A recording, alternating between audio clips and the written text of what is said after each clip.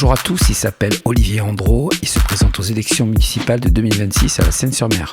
La première fois que j'ai touché du doigt l'injustice qui peut exister dans la société. On voit bien que lorsqu'il n'y a pas de collectif, lorsqu'on n'est que sur des ambitions personnelles, en fait, ça ne fonctionne pas. Aujourd'hui, nous le recevons hors débat de campagne, hors discours politique, en toute Un discours intimité. très exclusif, ça fait qu'on va nettoyer les banlieues au Karcher, ce genre de choses, qui m'a révolté. Quand on veut faire advenir un projet, ça se fait pas comme ça. Bonjour Olivier, bienvenue sur la chaîne Les Non-Dits. Pouvez-vous vous présenter ? Bonjour Christian, enchanté, merci pour votre accueil Christian. Je m'appelle Olivier Andreau, je suis entre autres candidat à l'élection municipale à la Seine-sur-Mer pour 2026 et citoyen engagé depuis maintenant des années dans la vie de la cité, dans la vie de la Seine-sur-Mer. Vous êtes né à la Seine-sur-Mer ? Non, je suis un immigré, je suis né en face à Toulon. Et quand je dis immigré, c'est parce qu'il y a une identité très forte à la Seine. Et que c'est une question qu'on peut poser régulièrement quand on dit « Est-ce que tu es de la Seine ?» Traduction « Est-ce que tu y es né ?» Alors non, je n'y suis pas né, je suis né à Toulon. Je suis venu à la Seine-sur-Mer, comme beaucoup de personnes, par le travail. Au moment où on choisit sa vie professionnelle, on ne choisit pas tout. Donc il y a eu des rencontres qui ont fait que au-delà du travail, je suis venu ensuite habiter la ville de la Seine-sur-Mer. Depuis quand ? Ça doit remonter 2004, donc depuis plus de 20 ans. Qu'est-ce qui vous y a retenu ? Alors en fait, donc moi je suis né à Toulon, j'ai commencé à travailler à Sifour, je suis venu à la Seine-sur-Mer parce que avec mon épouse, nous avons eu des enfants. Et notre logement était trop petit à Sifour. Donc on a cherché un logement pour la famille. Et il se trouve qu'on a trouvé une belle maison dans le quartier Brémont, qui nous a permis de donner une chambre à notre enfant. Au départ, c'était pour ça. Quel est votre lien intime avec la Seine-sur-Mer ? Un attachement, alors à la fois au territoire, parce que c'est un très bel endroit, la Seine. Il y a du collinaire, il y a du littoral, il y a une histoire et un attachement avec la population qu'on apprend à connaître, qui est une population parfois un peu rude, souvent rebelle, toujours espiègle, et donc qui a créé un attachement, ce lien que j'ai aujourd'hui, qui fait que aujourd'hui, moi, je me sens sénois avant tout. Vous avez grandi dans quel environnement ? Quel était votre paysage d'enfance ? Alors, moi, j'ai grandi dans une famille d'enseignants. Voilà. Comme c'était souvent le cas pour les enseignants, on va dire, au siècle dernier, généralement, quand on commence à enseigner, c'est souvent là qu'on rencontre son conjoint. Bon, pas toujours, mais c'est souvent le cas. Et donc, moi, c'était une famille de profs. Ce qui fait que j'ai grandi dans une maison assez simple, mais dans laquelle il y avait beaucoup de livres. Je pense que ça a contribué aussi à façonner ma personnalité. J'aime la lecture, j'aime apprendre. J'ai besoin de toujours découvrir et apprendre des choses, apprendre à connaître les gens. Comment était le petit Olivier ? Il était rebelle, rêveur, chieur ? Moi, j'étais un enfant plutôt timide, assez réservé et beaucoup dans l'observation. Donc dans la bande, celui à qui on peut demander un coup de main, mais pas forcément celui qui va courir dans tous les sens et se faire remarquer au premier abord. Quel a été votre cursus scolaire ? Cursus assez classique, collège, lycée général. Je passais un bac économique et social. À l'époque, ça s'appelait comme ça. Sur la Seine ? Non, à Toulon. À Toulon. Et ensuite, j'ai fait des études d'histoire. Je suis passionné d'histoire. Donc, ça a été mon premier parcours académique. C'est un parcours autour d'une science humaine. L'histoire que je trouve très importante, passionnante et très utile. Qu'est-ce qui vous passionne dans l'histoire de la Seine ? Alors, dans l'histoire en général et dans l'histoire de la Seine en particulier, ce qui me passionne, c'est de comprendre comprendre le visage de la ville actuelle par rapport en fait à ce qui a pu la marquer, la construire, la définir par le passé. Et donc à la Seine, ce que je trouve passionnant, c'est l'empreinte notamment de l'industrie navale et de l'immigration. C'est une terre d'accueil, la Seine, qui ont façonné le visage qu'on lui connaît aujourd'hui. Et, voilà, je trouve ça très, très utile pour se rappeler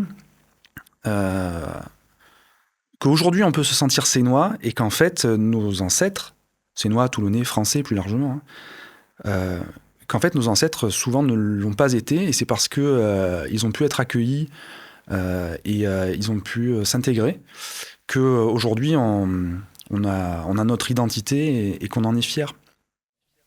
Quelles sont vos passions? La Seine, mais encore? Alors mes passions aujourd'hui, effectivement, la Seine. Donc comme je vous l'ai dit, l'histoire. L'histoire parce que voilà, c'est passionnant d'explorer le passé. C'est un espace à part entière, le temps passé. Et on peut y découvrir des choses. Moi, j'ai fait des études notamment sur la notion de mémoire. En histoire, la mémoire, c'est l'un des objets de cette science. Il y en a d'autres. Hein. Il y a les faits, les matériaux historiques. Et parmi eux, il y a la mémoire, qui est un matériau qui est très particulier, parce qu'il peut se déformer, il peut se construire avec le temps. Et donc, c'est passionnant de confronter la mémoire aux pièces d'archives, par exemple. Donc, première passion, l'histoire. Deuxième passion, le cinéma. J'aime beaucoup le 7e art. Comment dire, la composition des images, la construction d'un film, la construction d'un récit, d'un narratif au travers de l'image est quelque chose que je trouve d'éblouissant. Donc j'aime beaucoup les cinémas, parce qu'il y en a, voilà, il y a énormément de variétés de genres. Et puis comme passion aussi le vélo. Alors plus un sport, un loisir effectivement qui me permet là aussi de découvrir l'environnement. J'aime beaucoup faire du vélo parce que sur quel secteur? Moi j'adore monter au Mets, aller à Bandol, monter au circuit du Castellet par le Bossé, aller monter au col de Garde au-dessus de Toulon par le Broussan. C'est des beaux parcours. Oui, parce qu'effectivement ici il y a des paysages magnifiques. Alors ils se méritent parce qu'effectivement ça grimpe, mais le cyclisme est à la fois, je trouve, un sport individuel où on est dans la recherche du dépassement, on se pose un objectif, où on découvre des paysages, et aussi un sport co parce qu'on peut faire du vélo à plusieurs. Et il y a des amitiés, des liens qui se nouent quand on partage l'effort ensemble.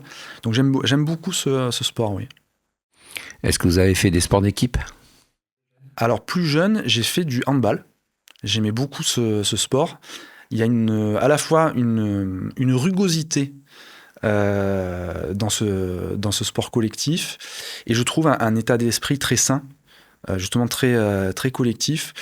Parce que voilà, c'est pas forcément le sport le plus médiatique, le plus médiatisé, mais c'est un sport dans lequel il y a des stratégies et des tactiques qui sont passionnantes à définir et à mettre en œuvre quand on fait un match de hand. Donc j'ai fait ça quand j'étais plus jeune, et c'est des très bons souvenirs. J'étais défenseur. Votre parcours professionnel, prof d'histoire, je crois? Oui. Donc j'ai enseigné l'histoire-géographie et le français, parce que au départ j'étais professeur de lycée professionnel. Et qu'en lycée professionnel, on enseigne plusieurs matières. Il y a une pluridisciplinarité. Donc j'ai enseigné à quel endroit? À Sifour. J'ai commencé à enseigner à Sifour. À Sifour. Et il y a un lycée professionnel qui est très chouette. C'est l'école de la Coudolière, c'est ça? C'est ça. Et puis ensuite, des rencontres, l'engagement politique, des rencontres aussi au travers d'actions qu'on peut mener en local. Et donc aujourd'hui, j'ai changé de travail. Je travaille dans la protection sociale. C'est-à-dire que Je travaille dans une entreprise de l'économie non lucrative. Donc c'est une entreprise Privé ? privée, mais qui reverse en fait ses bénéfices à ses adhérents, voilà, qui n'a pas d'actionnaire, et donc dont l'objet est de couvrir en fait les personnes. Une sorte de mutuelle ? Ouais, c'est ça. Et l'objet, c'est de couvrir les gens sur les risques de la vie. Donc je trouve ça très intéressant et très utile, parce que là encore, on est dans une forme de mise en œuvre d'une solidarité. C'est un grand groupe ou c'est régional ? Qui protège des aléas de l'existence. C'est un grand groupe ? C'est un groupe national voilà, qui est très important et qui protège une population voilà, qui se chiffre en millions de personnes, beaucoup d'agents de la fonction publique, mais aussi des personnes qui travaillent dans le privé. Fromage, vin ou quinoa ? Alors, vin au mois de janvier, non, parce que là, je fais le dry January en ce moment. Ça veut dire qu'il y a eu des abus avant ? Alors, des abus, pas forcément, mais en tout cas, oui, plutôt vin et fromage. Voilà.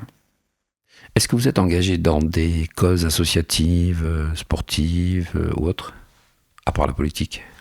Alors, je m'intéresse beaucoup au travail des associations, mais je n'en fais pas partie, parce que je distingue justement les engagements pour pas qu'il y ait de confusion. Donc, en tant qu'élu précédemment, j'ai travaillé avec des associations comme des partenaires, mais je ne suis pas membre d'association, je ne suis pas dans un bureau ou dans un conseil d'administration d'association. Après, ça ne m'empêche pas d'avoir, et aujourd'hui encore, de travailler, je vous dis, en partenariat avec des associations qui œuvrent essentiellement alors sur la mémoire, ça ne vous étonnera pas. Il y a des associations à la Seine qui font un travail énorme sur la mémoire des chantiers, par exemple. Donc je m'y intéresse. Et puis aussi des associations sportives, parce que c'est créateur de liens sociaux. Et donc, moi, j'aime bien aller voir des matchs, essayer de soutenir des dynamiques d'inclusion par le sport, quand ces associations travaillent ce sujet. Et puis, je m'intéresse énormément aussi aux associations dites, on va dire, du secteur socio-éducatif. C'est-à-dire toutes les associations qui contribuent à aider, à élever et à émanciper les personnes. Donc ça peut être des associations qui travaillent sur l'aide aux devoirs, qui travaillent sur la prévention, qui travaillent sur le soutien à la parentalité. Bref, qui visent à rendre les gens autonomes pour qu'ils puissent s'émanciper et finalement vivre librement, quoi. Votre parcours est orienté service aux autres ? Oui, oui. À quel moment cela s'est défini comme un fil conducteur ? Il y a eu 2 moments, en fait. Il y a un moment, je ne saurais plus vous dire à quel âge, mais en fait, quand j'étais enfant, mes parents sont mélomanes, ils aiment beaucoup la musique classique, et donc ils m'ont emmené à l'opéra. Et je pense que je devais avoir une dizaine d'années. Et en sortant de l'opéra, donc vous voyez l'opéra de Toulon, c'est un bâtiment très majestueux, il y a un décor qui est fastueux. Et donc, on va voir un opéra, je découvre cette œuvre, et en sortant, c'était le soir, il y avait un mendiant sur le parvis de l'opéra. Et je ne saurais le dire comment, mais ça m'a choqué à tel point. Enfin, en gros, c'est la première fois que j'ai touché du doigt l'injustice qui peut exister dans la société. Et à partir de là, j'ai commencé à réfléchir, à me demander mais comment on pouvait réparer ça. Donc ça a été le premier moment. Donc vous savez, c'est les rencontres ou les souvenirs qu'on a dans l'enfance. On en a tous. Voilà. Bon, moi, ça, c'est l'un de ces souvenirs qui m'a marqué. Et puis le deuxième, ça a été 2007, élection présidentielle, victoire de Nicolas Sarkozy, avec tout le discours qui était porté à l'époque, qui était un discours très exclusif, sur le fait qu'on va nettoyer les banlieues au Karcher, ce genre de choses, qui m'a révolté. Et donc, qui m'a poussé à m'engager à gauche. Donc, j'ai discuté autour de moi, j'ai demandé, qui est-ce qui est à gauche à la Seine ? Et puis, on m'a dit, y a un gars, là, tu peux aller voir de ma part, il s'appelle Marc Vimot. Donc, j'ai pris rendez-vous avec lui. Et ça a été le début d'une aventure qui n'était pas prévue, avec des campagnes, des élections, des mandats d'élus. Ça a commencé comme ça, un petit peu au hasard des rencontres. Comment décririez-vous votre façon de travailler ? Alors, Mon boulot actuellement, c'est un boulot de management. Il y a différents styles de management. Participatif, délégatif, directif, il y en a plein. Ma méthode de travail, déjà, elle est fondée sur l'écoute. C'est-à-dire, mais alors l'écoute, ce qu'on appelle l'écoute active. C'est pas je t'écoute, et puis je fais semblant, et puis quand tu as fini de parler, je décide tout seul. L'écoute, ça permet justement de collecter des signes, des signaux pour comprendre à la fois le message de l'interlocuteur qu'on a en face, ses objectifs. Donc ma première méthode, c'est l'écoute active. Et ensuite, c'est de s'appuyer sur les compétences des membres d'une équipe. En fait, une équipe, tu peux pas avoir une équipe qui est lisse, qui est homogène. Tu as forcément des caractères, des compétences, des parcours différents. Et le but, c'est de permettre à chacun de pouvoir exprimer son talent, en fait, et d'essayer de coordonner tout ça. Donc, je dirais que c'est plutôt une méthode fondée sur l'écoute et le participatif. Sur quoi, selon vous, les gens se trompent quand ils vous imaginent ? Je peux renvoyer parfois une image un peu froide, un peu sérieuse. Et après, quand justement on fait connaissance, qu'on apprend à se connaître, je pense que les gens me voient un peu différemment, quoi. Voilà. Le monde de la politique est assez dur. Comment encaissez-vous les trahisons ? Alors, le monde de la politique est pas plus dur que la société. La société peut être dure. Le monde politique, il est à l'image de la société, je pense. Et donc, quand on parle de trahison, qu'est-ce que c'est ? Est-ce que c'est finalement être déçu par l'attitude de quelqu'un ? Et ça veut dire peut-être qu'on projetait sur cette personne des attentes. Donc ça peut être une déception, c'est pas forcément une trahison. Et, si on parle, on va dire vraiment la trahison au sens, je sais pas comment dire, dramatique, théâtrale du terme, c'est-à-dire une personne proche. Les personnes qui changent. On espérait un soutien, en fait. Espérer un soutien et pas l'avoir, c'est une déception, c'est pas une trahison. Ça arrive. Voilà. Ouais. Mais une trahison dans le sens vraiment dramatique, c'est-à-dire quelqu'un qui change de camp ou qui va à l'opposé. Ça arrive, mais je pense que ça arrive pas qu'en politique. Ça fait partie de la vie. Et je pense qu'il faut arriver juste à en tirer des leçons. En fait, là on parle de trahison, mais on pourrait parler d'autres difficultés. Moi, ce que je trouve intéressant quand on est face à une difficulté, c'est déjà effectivement de la digérer, de l'encaisser, parce que des fois c'est un peu violent.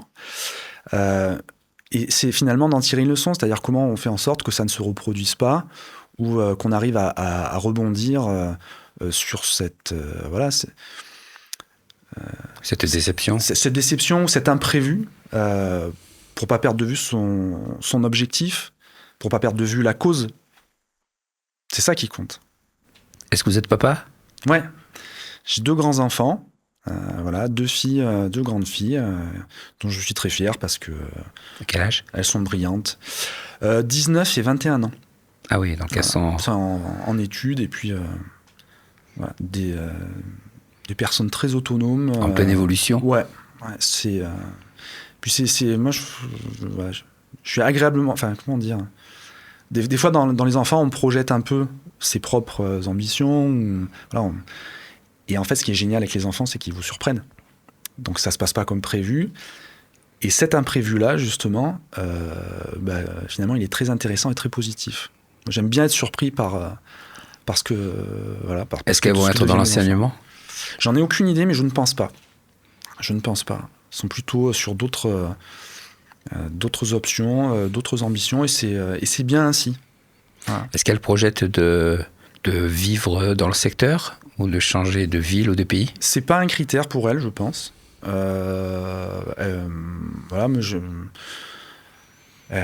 c'est très fréquent en ce moment. L'éloignement, l'arrachement à la famille, c'est quelque chose qui n'est pas, qui est pas bloquant et qui est formateur. Donc il y en a une qui étudie loin, une autre qui étudie un peu moins loin. Je pense que le critère avant tout, c'est qu'elles s'accomplissent. Voilà. Et puis si elles veulent vivre ici, elles vivront ici. Et si elles veulent pas, c'est pas grave. On ira les voir. Et la question était surtout portée sur le fait que les jeunes étudiants ne trouvent pas leur avenir ni localement, ni en France, quoi. Et c'est pour ça qu'ils s'enfuient. Ah, alors ça, c'est une autre question, mais... C'est un cas devenu fréquent. Alors ici particulièrement, parce que Toulon, là, en fait, est entre deux grands pôles universitaires, hein, Aix-Marseille Et Nice. et Nice. Donc moi-même, j'ai dû aller étudier à Nice. Voilà. Pour autant, ça ne veut pas dire qu'il n'y a pas une université de qualité à Toulon, mais il y a encore des filières peut-être à développer. Et ici, je veux dire.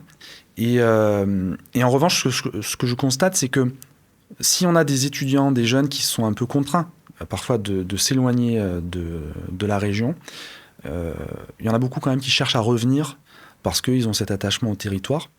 Donc, je pense que ça peut être formateur de partir, se former, commencer sa vie ailleurs, et puis après, quand on en a la possibilité, de revenir ici.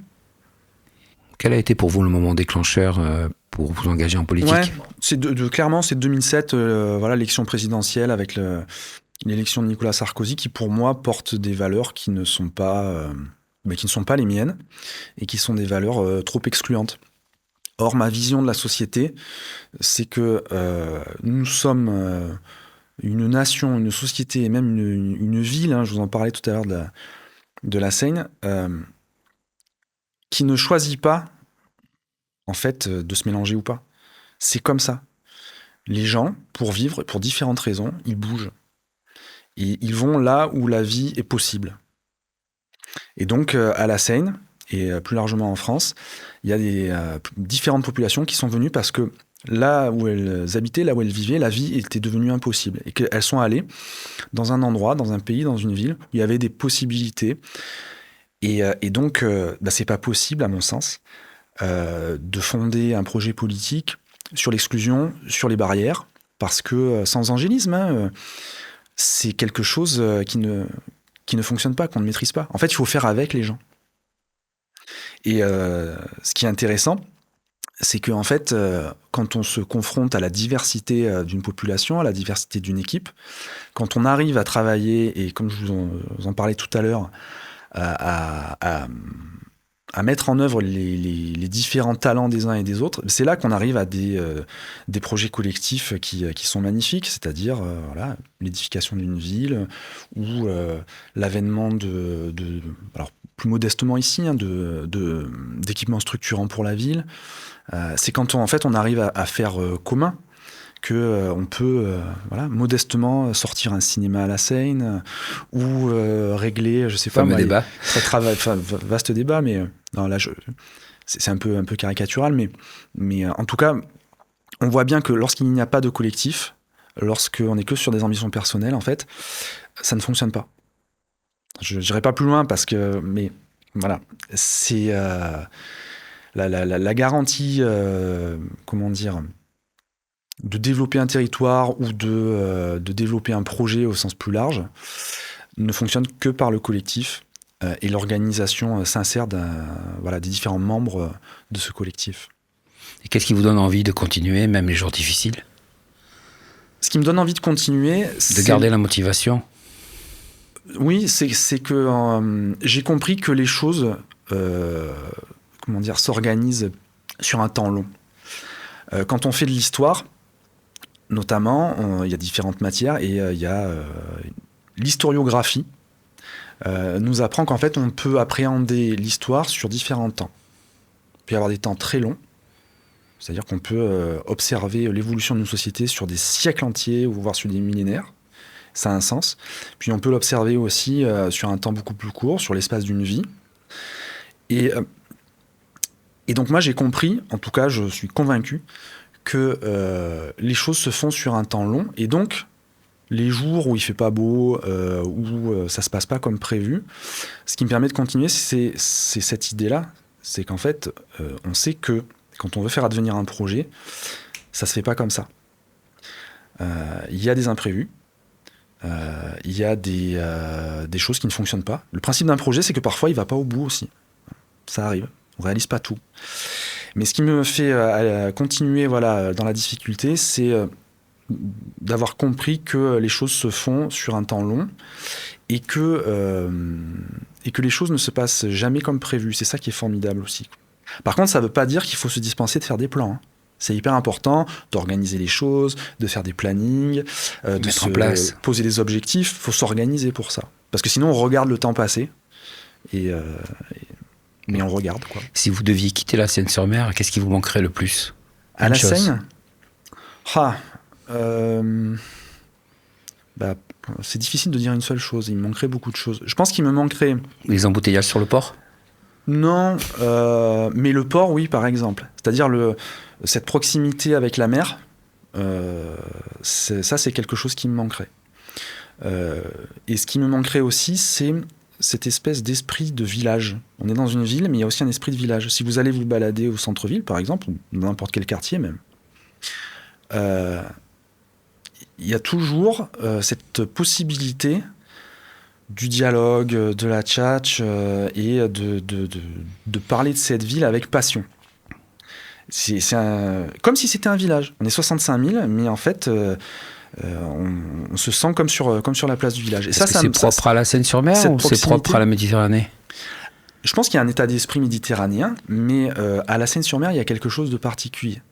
Il y a vraiment moi, ce que j'appelle cet esprit village, qui a pas forcément, je trouve, dans d'autres villes méditerranéennes. En tout cas, celles que je connais. Ça me manquerait.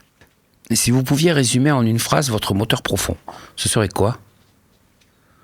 Ce qui me motive, c'est de travailler avec les autres, d'être dans une forme d'activité, qu'elle soit intellectuelle ou physique.